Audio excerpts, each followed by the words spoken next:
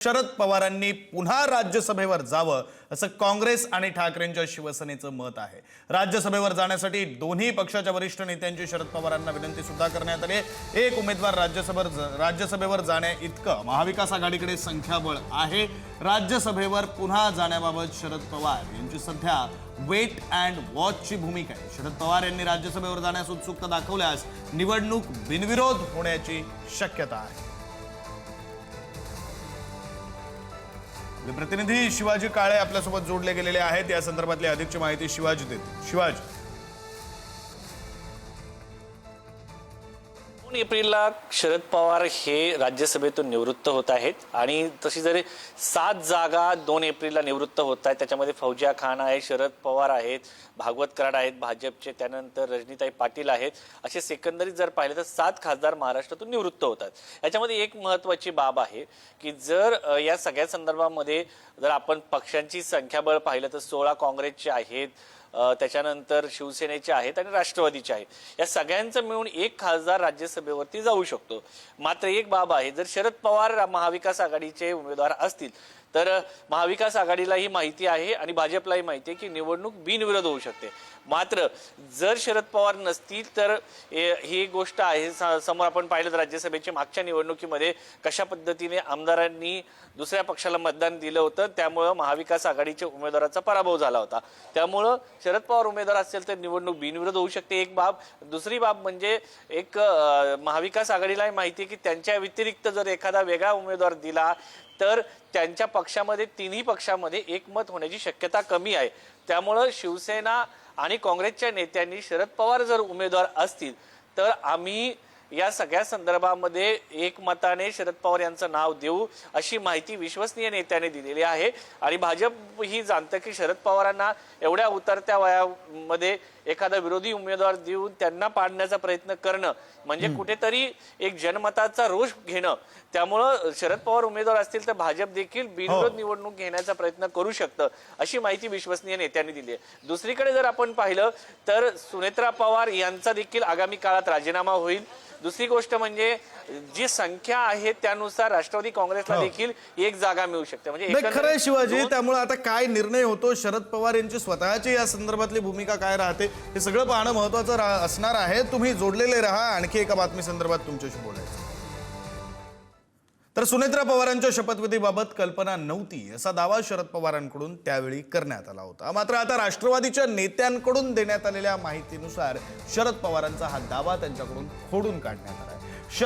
शपथविधीपूर्वी सुनेत्रा पवारांनी शरद पवारांची भेट घ्यायचा प्रयत्न केला होता अशी माहिती राष्ट्रवादीमधील वरिष्ठ नेत्यांनी पुढारी न्यूजला दिली। शपथविधीसाठी मुंबईला येण्यापूर्वी सुनेत्रा पवारांनी गोविंदबाग निवासस्थानी शरद पवारांसाठी फोन केला। मात्र शरद पवार यांच्या कुटुंबियांकडून प्रतिसाद मिळाला नसल्याची माहिती समोर आली। त्यामुळेच शरद पवारांना न भेटता सुनेत्रा पवार बारामतीमधून मुंबईला रवाना झालेल्या होत्या। दरम्यान शपथविधीच्या दिवशी शपथविधी होण्याच्या काही वेळ आधी शरद पवारांनी काय प्रतिक्रिया दिली होती आपण पाहूया। कुटुंबियापैकी कोण कोण असणार आहे?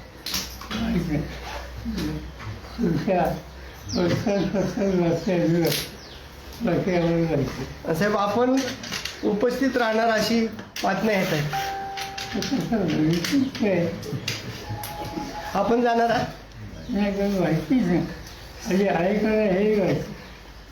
साहेब, खरं तर या संदर्भात कुठली चर्चा झाली तर अजितदादांच्या जाण्यामुळं अनेक गोष्टी ज्या आहेत त्या वेगळ्या झाल्या असं दिसतं।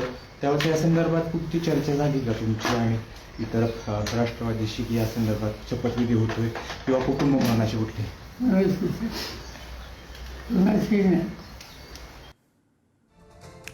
या संदर्भात बोलण्यासाठी आपले प्रतिनिधी शिवाजी काळे आपल्यासोबत आहेत। आपण शिवाजी यांच्याकडे जाऊया। शिवाजी, या सगळ्याच्या अनुषंगाने आतापर्यंत ज्या ज्या काही प्रतिक्रिया समोर येत आहेत त्यावरून एक थेट प्रश्न विचारतो, विलिनीकरण हा विषय वेगळा, एकमेकांच्या पक्षातील नेत्यांच्या बाबतीत विलिनीकरणाचा प्रयत्न सुरू आहे का?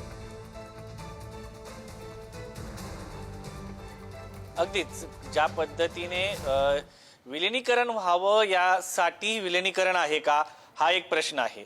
आणि दुसरा मुद्दा म्हणजे ज्या पद्धतीने शरद पवार यांनी सांगितलेलं आहे सुरुवातीच्या काळामध्ये उपमुख्यमंत्री सुनेत्रा पवार होणार त्यांनी ही जबाबदारी स्वीकारण्याची मान्यता दिली, यानंतर हा फोन शरद पवार यांच्या घरी कदाचित गेलेला असावा.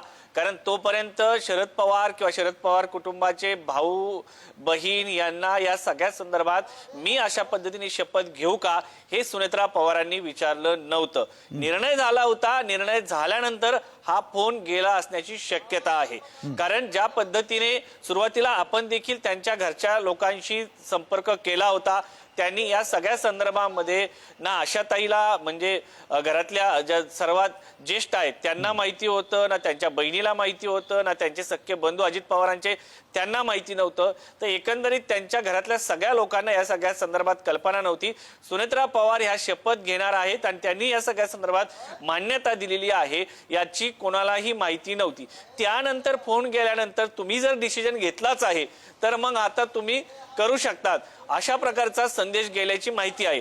मात्र हा निर्णय घेण्यापूर्वी घरातील ज्येष्ठ व्यक्तींना, शरद पवार असो किंवा इतर व्यक्तींना असो, मी असं करते आहे, मी शपथ घेते आहे, हे सुनेत्रा पवार यांनी सांगितलं नव्हतं. त्यामुळे शिवाजी तुम्ही जोडलेले राहा. आपले प्रतिनिधी संदीप राजगोळकर सुद्धा आपल्या सोबत आहेत, आपण त्यांच्याकडे जाऊया. संदीप, आता शिवाजी यांनी माहिती दिलेली आहे की निर्णय झालेला होता, केवळ सांगण्यासाठी फोन केला, मग असं सांगण्यात आलं की बाबा तुम्ही निर्णय घेतलाच आहे तर करून टाका, शपथविधी करून टाका. काय नेमकं या संदर्भातलं आपली काय माहिती आहे? राष्ट्रवादीचे नेते काय म्हणतात? विक्रांत, ज्या वेळेला अजित पवार यांचं पार्थिव म्हणजे विद्या प्रतिष्ठानमध्ये आणण्यात आलं, घटनास्थळावरून अंत्यसंस्कारासाठी अंत्यदर्शनासाठी विद्या प्रतिष्ठानवर आणण्यात आलेलं होतं आणि त्यानंतर दुसऱ्या दिवशी आपल्याला माहिती आहे की अंत्यसंस्कार झालेले होते. ज्या वेळेला अपघात घडला त्यावेळेला सुनेत्रा पवार, सुप्रिया सुळे हे एकत्रित, पार्थ पवार देखील होते, हे सगळेजण दिल्लीमधून एकत्रित बारामतीपर्यंत पोहोचलेले होते. आणि अंत्यसंस्कार झाल्यानंतर त्या अंत्यसंस्काराच्या वेळेला विक्रांत त्या ठिकाणी सगळे नेते, दोन्ही राष्ट्रवादी असतील आणि राज्यातले देशातले प्रमुख नेते उपस्थित होते. अंत्यसंस्कार झाल्यानंतर काही वेळानंतर म्हणजे संध्याकाळच्या वेळेला आपल्याला ही सूत्रांकडून माहिती मिळाली आहे की 2-3 नेते जे राष्ट्रवादीतले, मग प्रफुल्ल पटेल असतील, सुनील तटकरे असतील, हे सांत्वनपर भेटीसाठी सुनेत्रा पवार यांच्या घरी पोहोचलेले होते. आणि त्या ठिकाणी पार्थ पवार, सुनेत्रा पवार यांच्याशी प्राथमिक चर्चा जी झालेली होती ती अशी होती की आता अंत्यसंस्कार झालेले आहेत, म्हणजे हिंदू धर्मानुसार जे काही विधी आहेत ते कधीपर्यंत होऊ शकतात आणि त्यानुसार पुढचं सगळं ठरवावं लागेल. आणि त्याच वेळेला सुनेत्रा पवार यांना वरिष्ठ नेत्यांनी असं सांगितलं होतं की ही सगळी जबाबदारी आहे ती सगळी तुम्हाला घ्यावी लागेल. त्यावेळेला पार्थ पवारांनी असं सांगितलं होतं की 3 ते 4 दिवसांचा अंत्यसंस्कारानंतरचा सगळा विधी आहे तो आटोपला जातो बारामतीमध्ये किंवा पवार कुटुंबियांमध्ये, आणि त्यानंतर हे सगळं ठरवावं लागेल. ते सगळं सांगून हे वरिष्ठ नेते मुंबईत आलेले होते आणि तात्काळ त्यांनी मुख्यमंत्री देवेंद्र फडणवीस यांची भेट घेतली होती आपल्याला माहिती आहे. आणि त्यानंतर शिक्कामोर्तब वरिष्ठ स्तरावरून म्हणजे दिल्लीमधून झालेलं होतं की सुनेत्रा पवार याच उपमुख्यमंत्री असतील. मग दुसऱ्या दिवशी चौथ्या दिवशी ज्यावेळेला गटनेत्यांची बैठक आणि शपथविधी आयोजित करण्यात आलेला होता, त्याच्या पूर्वी संध्याकाळी रात्री उशिरा शरद पवार यांच्या निवासस्थानी गोविंद बाग इथं सुनेत्रा पवार यांच्याकडून फोन गेलेला होता. सहयोग सोसायटीमधून ज्या ठिकाणी सुनेत्रा पवार यांचं निवासस्थान आहे तिथून फोन गेल्यानंतर रिस्पॉन्स मिळाला नाही. तिथून असं सांगण्यात आलं की आता जर तुमचं ठरलेलं आहे तर मग तुम्ही यायची गरज नाही. आता हे कुणी सांगितलं हे अजूनही समजलेलं नाही. तो फोन कुणी उचलला होता, कारण शरद पवार यांच्याशी संपर्क साधायचा प्रयत्न सुनेत्रा पवार यांनी केला होता. त्यावेळेला शरद पवार यांच्या निवासस्थानी सुप्रिया सुळे, रोहित पवार, युगेंद्र पवार हे सगळी फॅमिली होती आणि इकडं जय पवार, पार्थ पवार, सुनेत्रा पवार ही फॅमिली होती सहयोग सोसायटीमध्ये. त्यामुळे या दोन्ही फॅमिली, दोन्ही कुटुंबियांमध्ये संवादच झालेला नाही, भेट देखील झालेली नाही. त्यामुळे त्याच रात्री पार्थ पवार यांना घेऊन सुनेत्रा पवार या बाय रोड मुंबईकडे रवाना झालेल्या होत्या आणि दुसऱ्या दिवशी गटनेत्यांची बैठक जी आहे ती झाली होती. एकंदरीतच हे सगळं अंत्यसंस्कार झाले त्याच दिवशी खरं तर ठरलेलं होतं, ही देखील आपल्याला सूत्रांकडून माहिती मिळते. कारण दुसरं महत्त्वाचं असं होतं की ज्या काही प्रक्रिया आहेत, मग पक्षीय स्तरावरच्या प्रक्रिया होत्या, निवडणूक आयोगाच्या प्रक्रिया अजूनही सुरू आहेत, किंवा उपमुख्यमंत्री पदाची शपथ जी आहे, म्हणजे ह्या सगळ्या ज्या प्रक्रिया होत्या त्या पार पाडायच्या होत्या. नेत्यांना पक्ष म्हणून त्यांनी त्यांच्या जबाबदाऱ्या पार पाडल्या. मात्र हे सगळ्या पार पाडताना त्यांनी कुटुंबियांना विश्वासात घेतलेलं होतं. पार्थ जय यांच्याशी चर्चा केलेली होती. धार्मिक विधी जोपर्यंत होत नाही तोपर्यंत शपथविधी होणार नाही असं देखील सांगितलं होतं आणि त्यानुसारच 3 दिवसाचा विधी झाल्यानंतरच चौथ्या दिवशी हा सगळा विधी पार पडला. पण हां विक्रांत. बरं संदीप, तू ही अत्यंत महत्वाची बातमी आहे. पुढारी न्यूजवर ही एक्सक्लुझिव्ह बातमी आपण पाहतोय. खरं तर राष्ट्रवादीच्या वरिष्ठ नेत्यांनी पुढारी न्यूजशी बोलताना ही एक्सक्लुझिव्ह माहिती दिलेली आहे. आणि हे सगळं कुठून घडत होतं तर बारामतीतून घडत होतं. त्या दिवशीचा हॉटस्पॉट कोणता होता तर बारामती होता. सगळ्यात महत्वाच्या बातम्या कुठून येत होत्या तर बारामतीमधून येत होत्या. आपण थेट बारामतीमध्ये जाऊया. आपले प्रतिनिधी जयकुमार जाधव आपल्यासोबत आहेत. जयकुमार, तुम्हाला प्रश्न असा विचारायचा आहे, गोविंद बागेमध्ये ज्यावेळी फोन जातो त्यावेळी तो कोणत्या तरी महत्वाच्याच व्यक्तीला जात असणार. पक्षातली महत्वाची व्यक्ती असेल, परिवारातली महत्वाची व्यक्ती असेल. त्यामुळं इतक्या महत्वाच्या फोनची माहिती शरद पवारांना दिली गेली नव्हती का? आणि जर असं असेल तर दोन कुटुंबांमध्ये जो संवाद त्यावेळी घडत नव्हता, भेट घडत नव्हती, त्याचा फायदा कोणी तिसऱ्या व्यक्तीने घेतलाय असं म्हणायचं का? जयकुमार. विक्रांत, आपण बघतोय की जर गोविंद बागेमध्ये जर फोन करायचा झाला तर साध्या सर्वसामान्य नागरिकांचा फोन तो बाहेरच्या ऑफिसमध्ये जातो. आणि जर कुटुंबातल्या व्यक्तीला कोणाला फोन करायचा असेल तर साहेबांचं जे निवासस्थान आहे त्यामध्ये घरामध्ये निवासस्थानी ते फोन करू शकतात. त्यामुळे त्यांचा संपर्क होणार नाही. असं कधीच होऊ शकणार नाही की साहेबांपर्यंत जर कोण कुटुंबातल्या व्यक्तीला संपर्क करायचा असेल आणि त्यांना त्यांच्याशी संवाद साधायचा असेल आणि तो झाला नाही, असं कधीच होऊ शकणार नाही. जर संवाद झाला असला तर तो नक्कीच झाला असेल. परंतु आपल्याला मिळालेल्या माहितीनुसार गोविंद बागेमध्ये त्या दिवशी ज्यावेळी पवार साहेब असतील, शरद पवार असतील, युगेंद्र पवार असतील, रोहित पवार असतील, कुटुंबातले इतर व्यक्ती त्या ठिकाणी होते, सुप्रिया सुळे होते. आणि त्यावेळेस सुनेत्रा वहिनींनी त्या ठिकाणी संपर्क केल्याची जी माहिती आता आपल्याला मिळते तशी कोणतीही संपर्क साधला गेला नसल्याची माहिती आतापर्यंत आपल्याला मिळते. मी घेतलेल्या माहितीनुसार, पवार कुटुंबातल्या एका विश्वसनीय माहितीनुसार, आपल्याला मिळालेली माहितीनुसार की सुनेत्रा पवारांनी तसा कोणताही संपर्क त्यांच्याशी केला नव्हता. कोणताही मेसेज त्या ठिकाणी आला नव्हता. शपथविधी घेणार आहे किंवा शपथविधीसाठी चाललोय, तत्पूर्वी साहेबांना भेटायचं आहे, गोविंद बागेमध्ये आम्हाला जायचं आहे, त्या ठिकाणी भेट घ्यायची आहे, असा कोणताही निरोप त्या ठिकाणी आलेला नसल्याची माहिती आपल्याला मिळत आहे. आणि त्या दिवशी जर संपर्क करायचाच असेल तर थेट शरद पवारांच्या निवासस्थानातल्या आतलं जी लँड आहे त्या ठिकाणी ते संपर्क करू शकतात. त्यांचे प्रायव्हेट नंबर त्या ठिकाणी आहेत, त्या ठिकाणी ते संपर्क करू शकतात. पण जर ते म्हणत असतील की आम्ही संपर्क साधला परंतु निरोप आला नाही, तर ते आपल्याला त्या संदर्भात अधिकृत दुजरा तर कोणाकडनं मिळालेला नाहीये. विक्रांत. बरं जयकुमार, तुमच्या पाठीमागे आता सहयोग सोसायटी दिसते, बऱ्यापैकी रेलचेल दिसते, गाड्या येत आहेत जात आहेत. आज पहिला जनता दरबार सुनेत्रा पवार यांनी भरवलेला होता. बरीच रेलचेल दिसते. त्या जनता दरबाराला कशा प्रकारे प्रतिसाद मिळाला? एक क्विक कॉमेंट. मी आता आहे बारामतीतल्या या सहयोग निवासस्थानाबाहेर, जे दिवंगत उपमुख्यमंत्री अजित पवारांचं निवासस्थान आहे. गेल्या अनेक वर्षांपासून दादा याच ठिकाणी जनता दरबार घेत होते. नागरिकांच्या अडीअडचणी सोडवायचा प्रयत्न त्यांच्याकडनं केला जात होता. त्याचप्रमाणे आता महाराष्ट्र राज्याच्या पहिला महिला उपमुख्यमंत्री म्हणून शपथ घेतल्यानंतरनं सुनेत्रा पवार हे बारामतीमध्ये आलेले आहेत. बारामतीतल्या याच निवासस्थानी त्यांचा जनता दरबार सुरू आहे.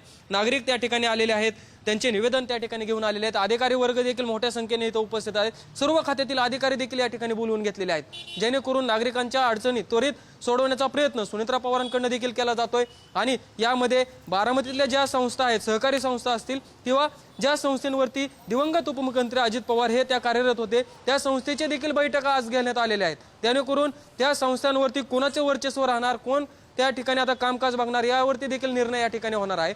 आपण बघू शकतो की नागरिक या ठिकाणी आतमध्ये जात आहेत. पुढे सहयोग निवासस्थानाच्या आतमध्ये जे दादांचा बंगला आहे त्या बंगल्यावरती नागरिक जात आहेत. त्या ठिकाणी कार्यकर्त्यांचे त्या ठिकाणी सुनेत्रा वहिनींना ते भेटत आहेत, निवेदन त्या ठिकाणी देत आहेत आणि जनता दरबार त्या ठिकाणी पार पडत आहेत. थोड्याच वेळाने ते बारामतीतनं इंदापूरच्या दिशेने रवाना होतील. विक्रांत. बरं, पुन्हा एकदा संदीप यांच्याकडे जातो. संदीप, आपल्याला पुढारी न्यूजला काही राष्ट्रवादीच्या मोठ्या नेत्यांनी जी माहिती दिलेली आहे की सुनेत्रा पवारांनी फोनवरून संपर्क करण्याचा प्रयत्न केला होता. उपमुख्यमंत्री पदाची शपथ घेण्यापूर्वी शरद पवारांना माहिती देण्याचा प्रयत्न केला होता. एक्सक्लुझिव्ह माहिती पुढारी न्यूजला या नेत्यांनी दिलेली आहे. पुन्हा एकदा संदीप यांच्याकडे जाऊया. संदीप, या सगळ्याच्या अनुषंगानं प्रश्न असा पडतोय, आता जयकुमार यांनी म्हटलं की असा कोणता फोन झाला नव्हता अशी माहिती बारामतीत मिळते. अर्थात आता ते दावे प्रतिदावे काय खरं काय खोटं हे बाजूला ठेवू, मात्र अजित पवारांच्या राष्ट्रवादीकडून हा पहिला पलटवार करण्यात आलाय, पहिला प्रतिवाद करण्यात आलाय. नजीकच्या काळात आणखी असे काही प्रतिवाद पलटवार केलेले आपल्याला पाहायला मिळतील का? संदीप.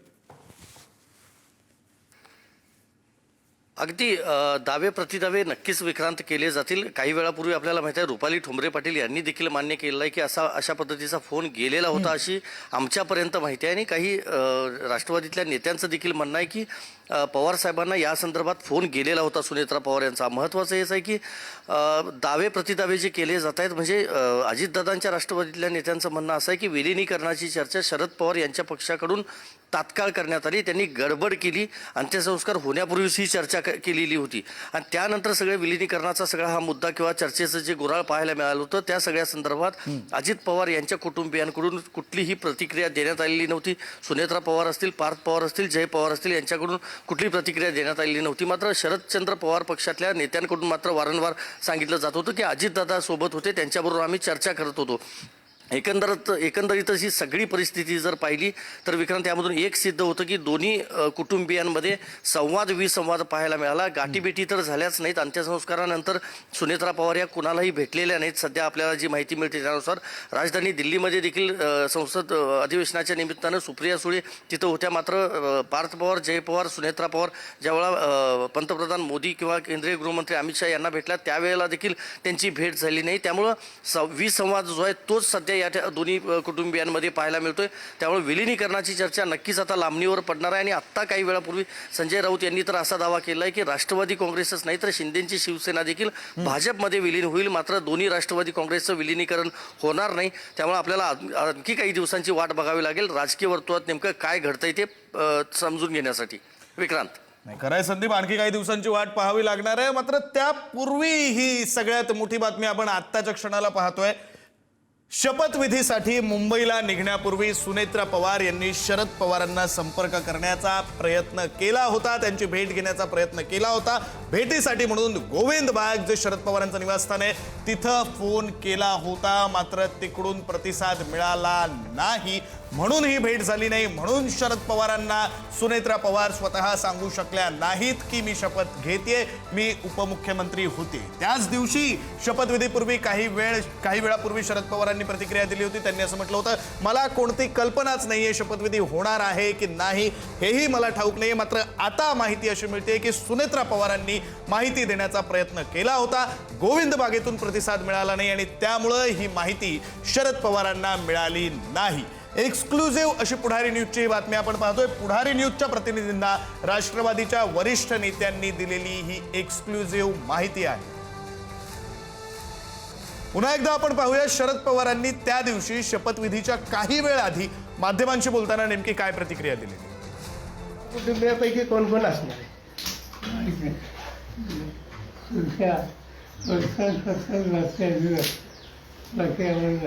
साहेब, आपण उपस्थित राहणार अशी बातम्या येत आहेत. आपण जाणार आहात?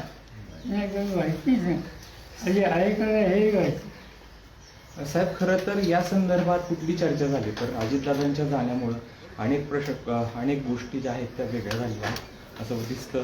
त्यामुळे या संदर्भात कुठली चर्चा झाली का तुमची आणि इतर राष्ट्रवादीशी की या संदर्भात शपथविधी होतोय किंवा कुटुंब मनाची कुठली?